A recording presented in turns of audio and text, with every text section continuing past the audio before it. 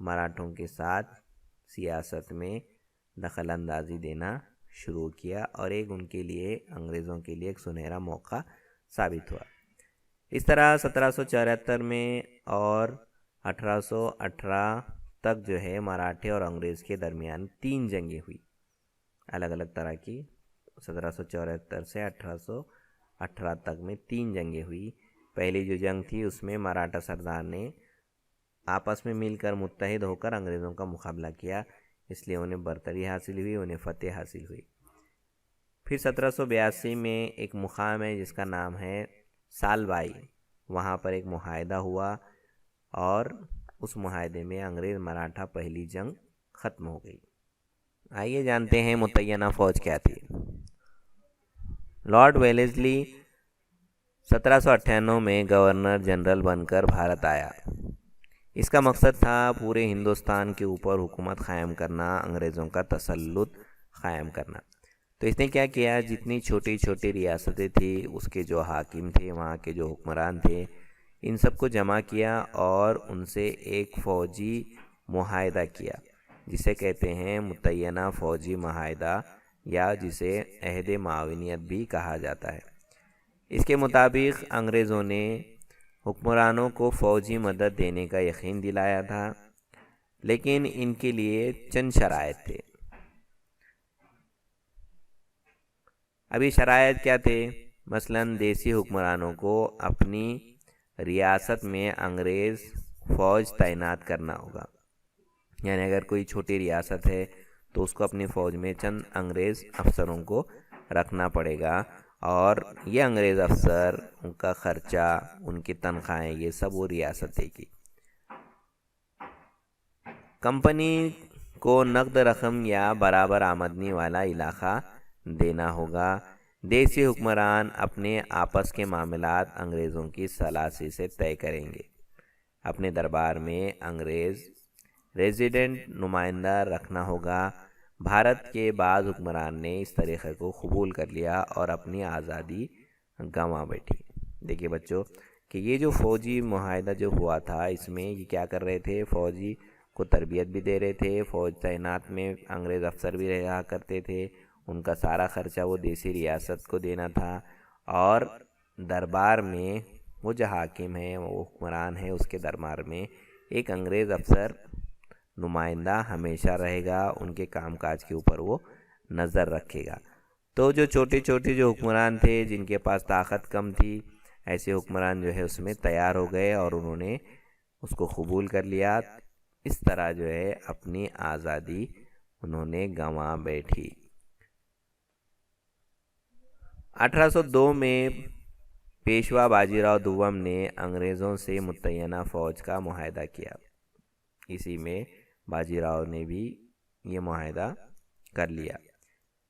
یہ وسیع معاہدہ کے نام سے مشہور ہے، لیکن مراٹھا سرداروں کو یہ معاہدہ منظور نہ تھا، اس لیے دوسری مراٹھا انگریز جنگ، اس جنگ میں فتح پانے کے بعد مراٹھا حکومت میں انگریزوں کی دخل اندازی بڑھنے لگی۔ آخر تنگ آ کر باجی راؤ دوم نے انگریزوں کے خلاف اعلان جنگ کر دیا۔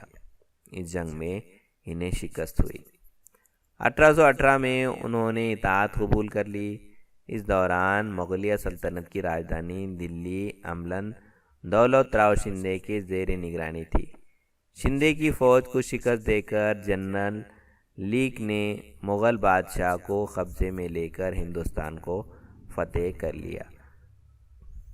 تو دیکھیے بچوں، جو معاہدہ تھا انگریزوں کا، یہ جب باجی راؤ دوم نے اس کو قبول کر لیا، یہ نام جو ہے وسیع معاہدے سے مشہور ہے، لیکن جو چند اہم مراٹھا سرداران تھے وہ اس بات کو تسلیم نہیں کر پائے تھے، کیونکہ یہ بات صحیح تھی کہ ہم اپنی آزادی خود سے گنوا بیٹھے تھے، کہ ہمارے اندر اتنی طاقت تھی، مراٹھی اتنے مضبوط تھے کہ اپنی حفاظت خود کر سکتے تھے۔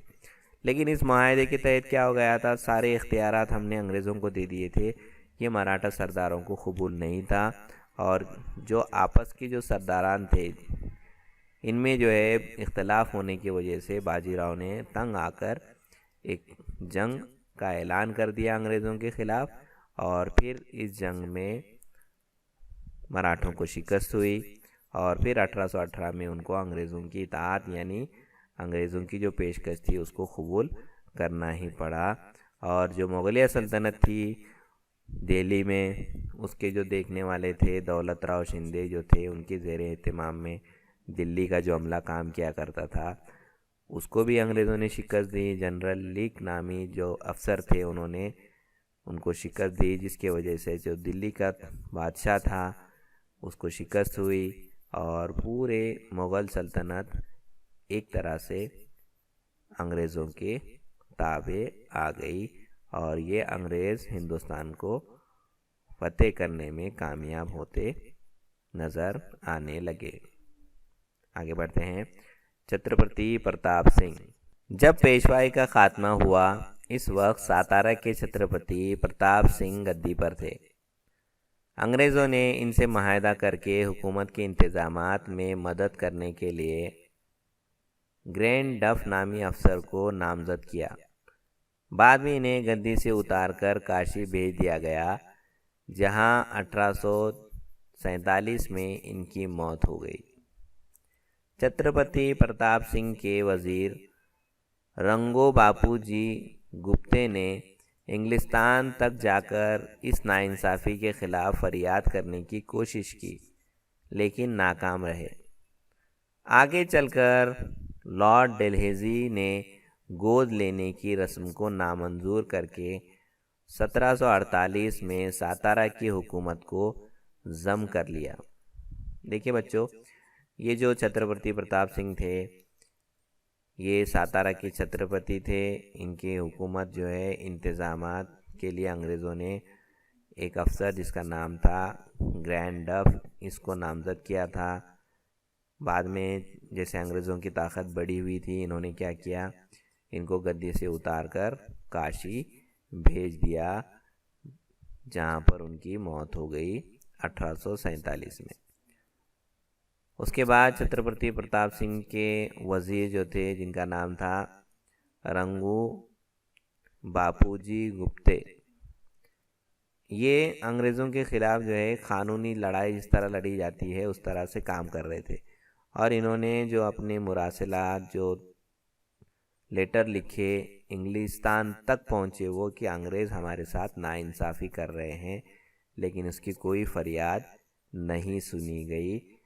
اس کے بعد جو نیا گورنر جنرل آیا جس کا نام تھا لارڈ ڈلہوزی، اس نے جو گود لینے کی جو رسم تھی اس کو نامنظور کیا، اور 1848 میں ساتارا کی حکومت کو اس نے ضم کر لیا۔ اب یہ گود لینے کی رسم کیا ہے اس کے بارے میں جانتے ہیں کہ اگر کوئی بادشاہ مر جاتا، اس کا انتقال ہوتا، تو اس کی جگہ اس کی اولاد میں اس کا جو ولی عہد ہوتا اس کو وہاں کا چھترپتی یا پھر بادشاہ بنایا جاتا۔ اگر اس کی عمر کم ہے، نابالغ ہے، تو اس کو گدی پر بٹھا کے کام کاج اس کا جو سرپرست ہوتا وہ دیکھا کرتا۔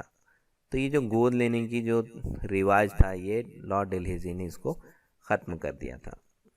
آگے بڑھتے ہیں۔ چھترپتی پرتاپ سنگھ کی جو بارے میں ہم تھوڑا سا جانتے ہیں کہ یہ ساتارا شہر کے مادرا کے مقام پر تالاب تعمیر کر کے اس کے پانی شہر میں پہنچایا۔ شہر میں انہوں نے سڑکیں بنائے، سڑکوں کے دونوں جانب درخت لگائے، لڑکے لڑکیوں کو سنسکرت اور مراٹھی اور انگریزی سکھانے کے لیے انہوں نے اسکول قائم کیے۔ ایک چھاپ خانہ بھی انہوں نے بنایا، اس میں کئی مفید کتابیں انہوں نے منگوائی، مفید کتابیں چھپوائی۔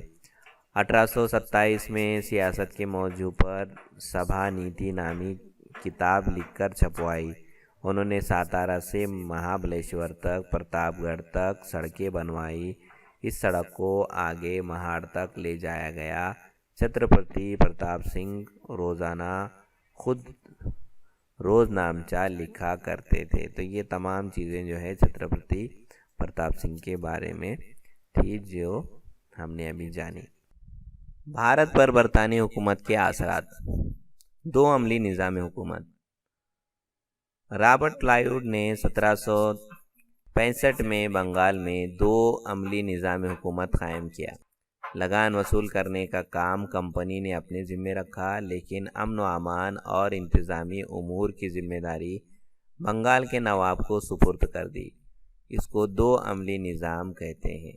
دیکھیے بچوں، جو محصول مل رہا تھا یعنی پیسہ جو ملتا تھا وہ انگریز جمع کرتے تھے، اور انتظام انہوں نے وہاں کا جو مقامی حکمران تھا اس کے ذمہ دی تھی۔ یعنی ان کی نیت بالکل ہی صاف نہیں تھی، وہ صرف ہندوستان میں مال و دولت لوٹنے کے لیے آئے تھے، اس لیے لگان وصول کرتے تھے۔ اب اس کے اندر کچھ چند افسر ایسے تھے جو کہ لگان وصول کیا کرتے تھے اور اس کو بادشاہ کے پاس جمع نہیں کرتے تھے، جس کی وجہ سے حکومت چلانا بہت مشکل ہو گیا تھا۔ کچھ عرصے بعد جو ہے اس کے برے نتائج سامنے آنے لگے۔ عوام سے بطور محصول وصول کیے گئے روپیوں سے کمپنی کے افسران اپنی جیبیں بھرنے لگے۔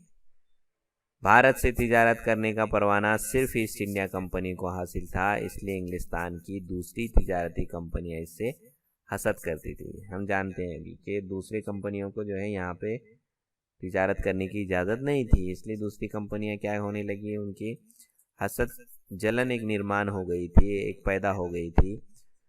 کمپنی نے بھارت میں کیے جانے والے کاروبار پر انگلستان میں تنقید ہونے لگی، اس لیے انگلستان کے پارلیمنٹ نے کمپنی کے کاروبار پر قابو رکھنے کے لیے چند اہم قوانین بنائے۔ تو یہ سب جو چیزیں چل رہی تھی، اس کی نظر جو ہے جو وہاں کی جو پارلیمنٹ تھی انگلستان کی، ان کی نظر تھی کہ ایسٹ انڈیا کمپنی ہندوستان میں کیا کر رہی ہے۔ اس لیے یہ جب چاروں طرف سے تنقید ہونے لگی ایسٹ انڈیا کمپنی کے اوپر، لوگ اس کو برا بھلا کہنے لگے، جیسے افسران جو کہ اپنی جیبیں بھرنے لگے، یہ سب ہونے کے بعد وہاں کی پارلیمنٹ نے کچھ قانون بنائے ایسٹ انڈیا کمپنی کے لیے۔ اب وہ قوانین کیا تھے، آئیے ان کے بارے میں جانتے ہیں۔ پارلیمنٹ نے جو قوانین منظور کیے تھے وہ تھے 1773 کے ریگولیٹ ایکٹ کی روح سے بنگال کے گورنر کو گورنر جنرل کا اعلیٰ عہدہ دیا گیا۔ اس قانون کی روح سے lord Warren Hastings governor general بن گیا۔ اسے بمبئی اور مدراس کے علاقوں کی پالیسیوں پر کنٹرول رکھنے کا اختیار دیا گیا۔ اس کی مدد کے لیے 4 اراکین پر مشتمل ایک کمیٹی بنائی گئی۔ 1748 میں بھارت سے متعلق پٹ کا قانون منظور کر لیا گیا۔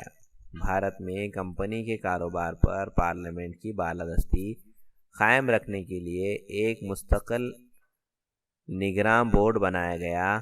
بھارت کے سیاسی معاملات میں کمپنی کے احکامات نافذ کرنے کا اختیار اس بورڈ کو دیا گیا۔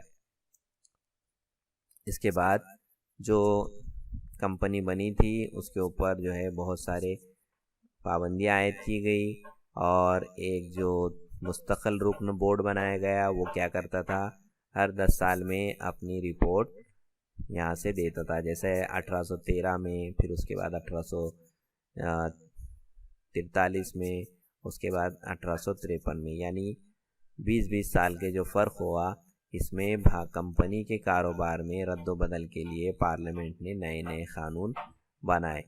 اسی طرح بھارت میں کمپنی کی انتظامیہ پر انگلستان کی حکومت کا براواسط قبضہ ہو گیا۔ برطانوی حکومت کی آمد کے ساتھ ہی بھارت میں نیا انتظام حکومت رائج ہوا۔ ملکی نوکرشاہی، فوجی محکمہ، پولیس اور عدلیہ بھارت میں انگریزوں کی حکومت کے اہم ستون تھے۔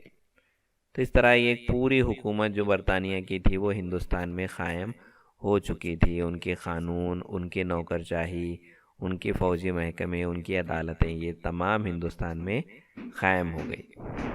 ملکی نوکرشاہی۔ بھارت میں انگریزوں کی حکومت کو مستحکم بنانے کے لیے انہیں نوکرشاہوں کی ضرورت تھی۔ لارڈ کارنوالیس نے اس نوکرشاہی کی تشکیل کی۔ یہ ملکی نوکرشاہ انگریزوں کے انتظامیہ کا ایک اہم جزو بن گئی۔ لارڈ کارنوالیس نے کمپنی کے افسران پر پابندی عائد کر دی کہ وہ اپنی ذاتی تجارت نہ کریں۔ اس کے لیے اس نے افسران کی تنخواہ میں اضافہ کر دیا۔ اس نے انگریزوں کے زیر اقتدار علاقے کو انتظامی سہولت کی غرض سے ضلعوں میں تقسیم کر دیا۔ کلیکٹر ضلع کا حاکم اعلیٰ ہوتا تھا۔ محصول جمع کرنا، انصاف کرنا، امن و امان وہ نظم و نسق قائم کرنا اس کی ذمہ داری تھی۔ افسران کا تقرر مقابلہ جاتی امتحان Indian civil service I C S کے ذریعے کیا جانے لگا۔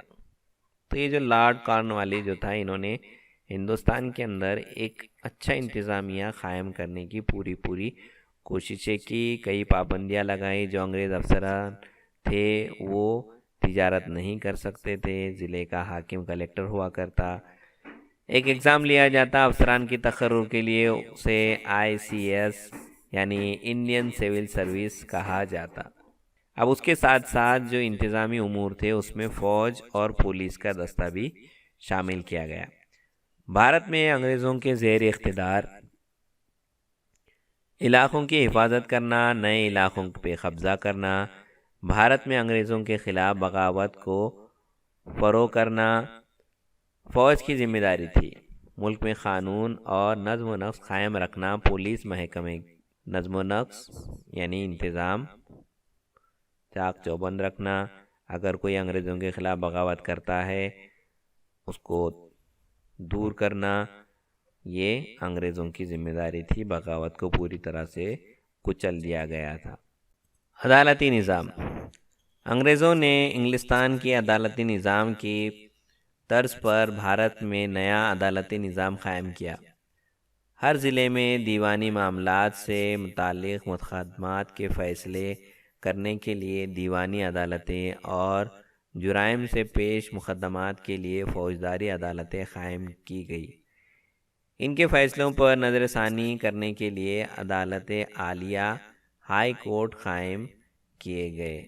انگریزوں نے جو ان کا سسٹم تھا عدالت کا وہ بھی ہمارے پاس رائج کر دیا۔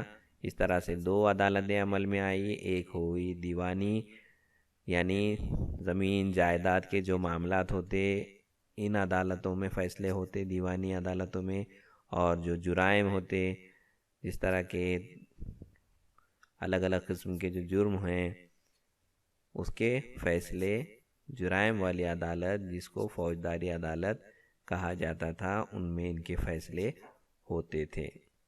اور اگر کسی کو نظر ثانی کرنا ہے یعنی اگر وہ فیصلے سے متفق نہیں ہے، فیصلہ ان کے حق میں نہیں ہے، تو وہ اگلی کورٹ میں یعنی جس کو ہائی کورٹ کہا جاتا تھا وہاں پر اپنی سنوائی کے لیے جا سکتا تھا۔ قانونی مساوات، بھارت میں پہلے مختلف مقامات پر مختلف قانون رائج تھے۔ ہم جانتے ہیں الگ الگ ریاستیں تھیں، چھوٹی چھوٹی ریاستیں تھیں۔ حکمران جو ہوا، بادشاہ جو ہوتا، اس کے حساب سے وہ اپنے ریاست کے قانون بناتا تھا۔ انصاف کے معاملے میں ذات پات کی تفریق کی جاتی تھی۔ لارڈ میکلے کی سربراہی میں قائم کردہ قانونی کمیٹی نے قانونی ضابط طے کیے اور پورے بھارت میں یکساں قانون نافذ کیا۔ انگریزوں نے یہ اصول رائج کیا کہ قانون کی نظر میں تمام افراد مساوی ہیں۔ تو یہ ایک چیز جو اچھی ہو گئی تھی کہ ہندوستان میں جو قانون جو رائج تھا وہ سب کے لیے برابر تھا، اور یہ پورے ہندوستان میں ایک طرح کا قانون نافذ کیا گیا۔ جو ذات پات کی تفریق تھی ہمارے ملک کے اندر، اس کو روکنے کا کام ان قانونوں نے کیا۔ اس نظام میں بھی بعض خرابیاں تھیں۔ یورپ کے لوگوں پر مقدمات دائر کرنے کے لیے علیحدہ عدالتیں اور الگ قوانین تھے۔ نئے قوانین عام لوگوں کی فہم سے بالا تر تھے۔ عام لوگوں کے لیے انصاف حاصل کرنا بہت مہنگا ثابت ہوتا تھا اور برسا برس مقدمات جاری رہتے تھے۔ تو بچے یہ جو قانونی مساوات تھی اس میں جو انگریز افسران تھے ان کے لیے یہ قانون لاگو نہیں تھے، ان کی عدالتیں الگ ہوا کرتی۔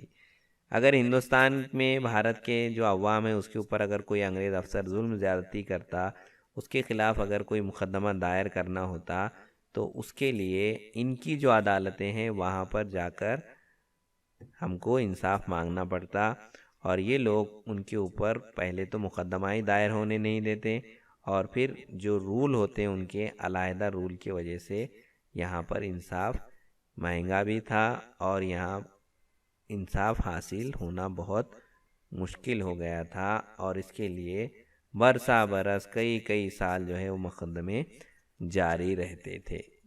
انگریزوں کی معاشی پالیسی۔ قدیم بھارت سے بھارت پر حملے ہوتے رہے ہیں۔ بچوں، ہم جانتے ہیں کہ بھارت کے اوپر قدیم زمانے سے حملے ہوتے رہے ہیں، جیسا محمد غوری نے حملہ کیا، اس کے ساتھ محمود غزنوی نے حملہ کیا، مغلوں نے حملہ کیا۔ یہ تمام جو حملہ ور تھے یہ ہندوستان میں بد و باش اختیار کر لی، جیسا مغل آئے اور مغل جو ہے ہندوستان میں ہی بس گئے۔ وہ بھارتی تہذیب میں گھل مل گئے، انہوں نے یہاں حکومت بھی کی، لیکن بھارت کی معاشی نظام میں کوئی بنیادی تبدیلی نہیں کی۔ مگر انگریزوں کا معاملہ اس کے برعکس تھا، تھوڑا سا اپوزٹ تھا معاملہ۔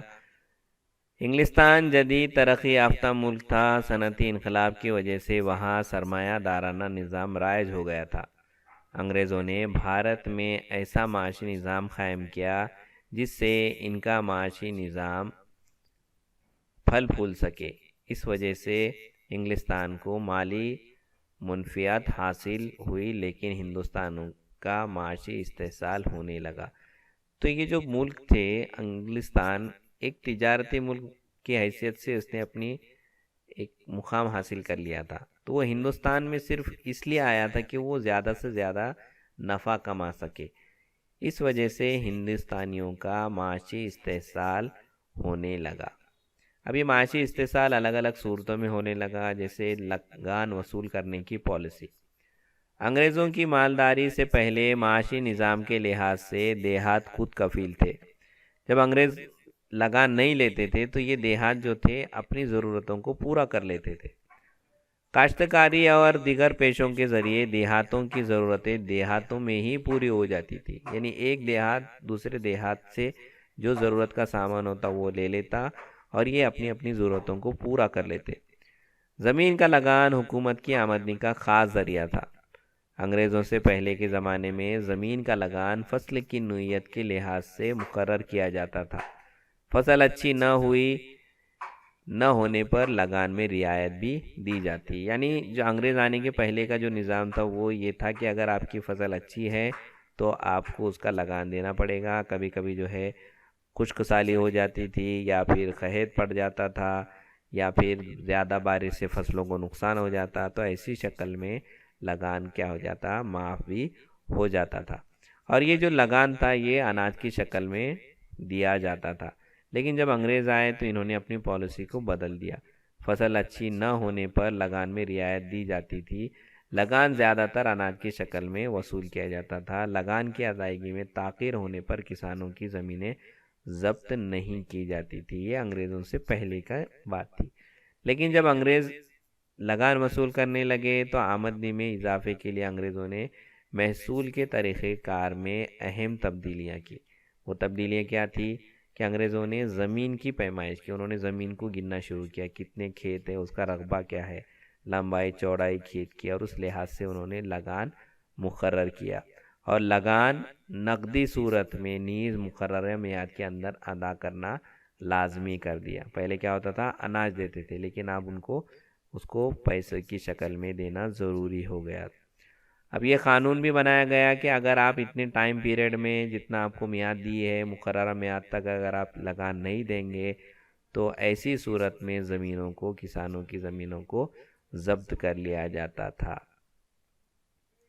لگان وصول کرنے کا انگریزوں کا طریقہ کار بھارت کے مختلف مقامات پر مختلف تھا۔ ہر جگہ کسانوں کا استحصال ہونے لگا، کسانوں کے اوپر زیادتی ہونے لگی، ہر طرح سے ہندوستان میں کسان پریشان ہونے لگے۔ لگان وصولی کے نئے طریقے کے اثرات۔ دیکھیے بچوں، جو نئے طریقہ تھا، جیسا کسانوں کی زمین لمبائی چوڑائی ناپ کر اس کے اوپر لگان لگایا گیا، مدت میں اگر وہ نہیں دیتا ہے تو اس کی جو ہے زمین کو ضبط کر لیا جاتا، اس سے جو ہے کسان بری طرح سے پریشان ہونے لگے۔ لگان وصولی کے نئے طریقے کے برے اثرات پڑنے لگے۔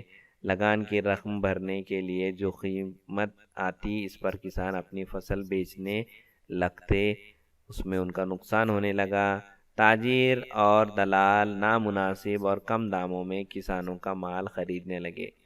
بعض مرتبہ کسانوں کو لگان کی ادائیگی کے لیے ساہوکاروں کے پاس اپنی زمین کو رہن یا گروی بھی رکھنا پڑتا، قرض لینا پڑتا، اس طرح کسان جو ہے مقروض ہو گئے، ان کے اوپر قرض کے پہاڑ ٹوٹ پڑے، قرض نہ ادا کرنے کی صورت میں اپنی زمینیں ان کو فروخت کرنی پڑی۔ اس طرح حکومت زمینداروں، ساہوکاروں اور تجارتوں سے مل کر کسانوں کا استحصال کرنے لگی، کسانوں کے اوپر ظلم کرنے لگی۔ کاشتکاری کو تجارت بنانا۔ کسان پہلے خصوصی طور پر اناج ہی اگاتے تھے۔ یہ اناج ان کے گھروں میں استعمال کیے جاتے، گاؤں کی ضرورتوں کو پورا کرتا یہ، اور اس میں یہ پورا کام آ جاتا۔ انگریز حکومت کپاس، نیل، تمباکو، چائے وغیرہ نقدی فصلوں کی حوصلہ افزائی کرنے لگی۔ اب دیکھو جو ہے انگریز اس بات کی بھی کسانوں کے اوپر سختی کرنے لگے کہ آپ کو یہ فصلیں ہی اگانا ہے۔ اناج کی فصلیں اگانے کے بجائے جو نفع بخش تجارتی فصلیں اگانے پر زور دیا جانے لگا کہ جس میں انگریزوں کو زیادہ منافع مل سکے، ایسی فصلوں کو کاشتکاری کو تجارت بنانے کا کام انگریزوں نے شروع کیا۔ اب اس دوران ایک قحط سالی ہوئی، وہ تھی 1860 کی۔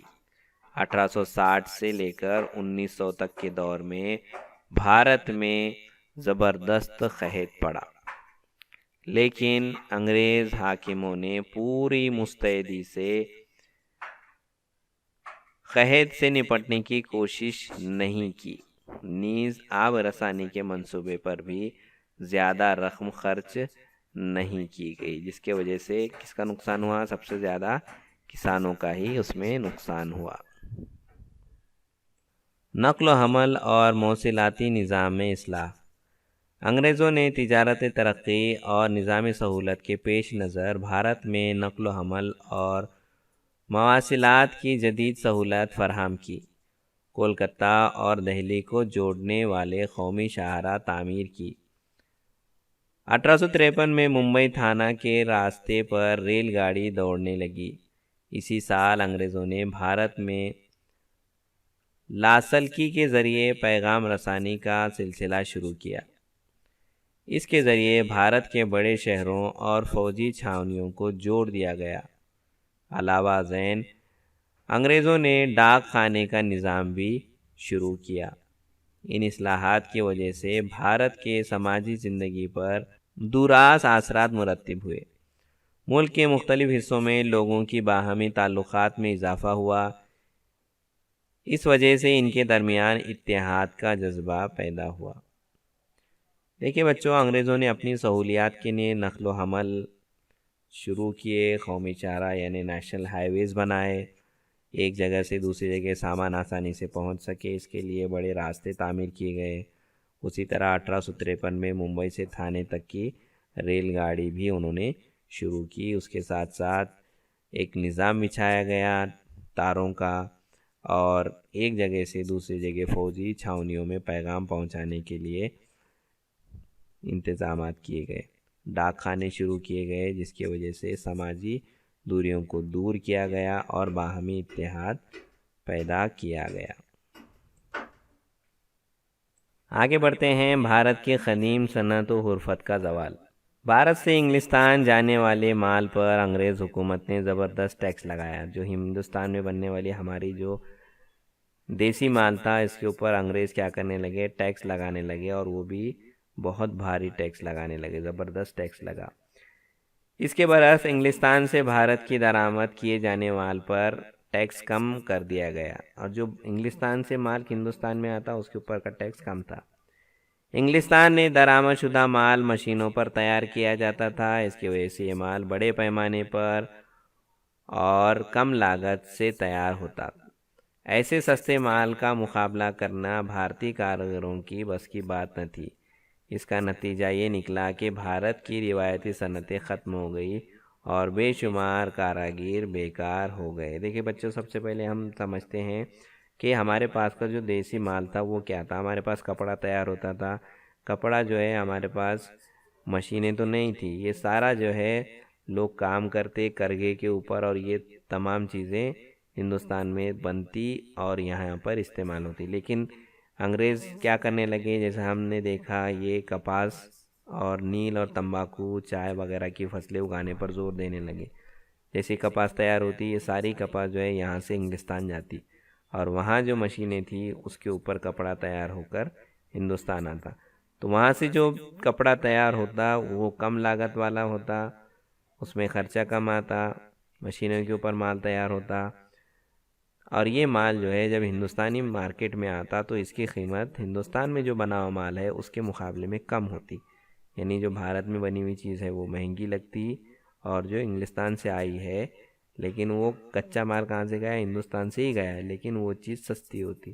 تو اس کی وجہ سے یہاں کے مال کی قیمتیں بڑھی اور انگلستان کا مال سستا ہو گیا، اور ہمارے جو کاراگر تھے ان کو جو ہے اس کا مقابلہ کرنا بہت مشکل ہو گیا، کیونکہ وہ کم لاگت سے بنتی تھی، ان کا مال جو ہے کم وقت میں مشینوں کے اوپر تیار ہوتا، جس کی وجہ سے جو ہماری پرانی جو روایتی صنعتیں چلتے آ رہی تھی ہندوستان میں یہ خطرے میں آ گئی. کئی کاراگر اس میں بیکار ہو گئے. بھارت میں نئی صنعت و حرفت کی ترقی. انگریز حکومت کا تعاون، انتظامی امور کا تجربہ اور سرمایہ جیسے بنیادی عوامل کے فقدان کی وجہ سے بھارتی صنعت کار بڑی تعداد میں ترقی نہ کر سکے، مگر بعض ہندوستانیوں نے ان دشواریوں پر قابو پا کر صنعتیں قائم کی. اب یہ جو چھوٹے کاراگر تھے یہ تو بیکار ہو گئے تھے، لیکن ہمارے پاس کچھ ایسے ہندوستانی جو تھے جو کہ ان دشواریوں پہ قابو پانے کے بعد وہ اپنی صنعت قائم کرنے میں کامیاب ہو گئے. جیسے 1853 میں وکاس جی نانا صاحب داور نے ممبئی میں سوتی کپڑے کی پہلی مل شروع کی. اس کے ساتھ ساتھ 1855 میں بنگال میں ریشرا کے مقام پر پٹسن کا پہلا کارخانہ قائم ہوا. پھر 1907 میں جمشید جی ٹاٹا نے جمشید پور میں Tata iron and steel company نامی فولاد بنانے کا کارخانہ قائم کیا. بھارت میں کوئلہ، دھات، شکر، سیمنٹ اور کیمیائی اشیاء کی صنعتیں بھی شروع ہو گئی. تو جو ہمارے پاس کے ہندوستان کے جو انڈسٹریلسٹ تھے انہوں نے جو ہے پہل کی اور اپنے مال کو جو ہے بنانے کی شروعات کی. کئی کارخانے قائم ہوئے جس کی وجہ سے لوگوں کو روزگار بھی دیا گیا. سماجی اور تہذیبی اثرات. 19ویں صدی میں یورپ میں انسانی دوستی، اقلیت پسندی، جمہوریت، حب الوطنی، وسیع الخیالی کے اقدار پر مبنی ایک نیا عہد وجود میں آ چکا تھا. مغربی دنیا میں ہونے والی ان تبدیلیوں سے بھارت کا متاثر ہونا فطری عمل تھا.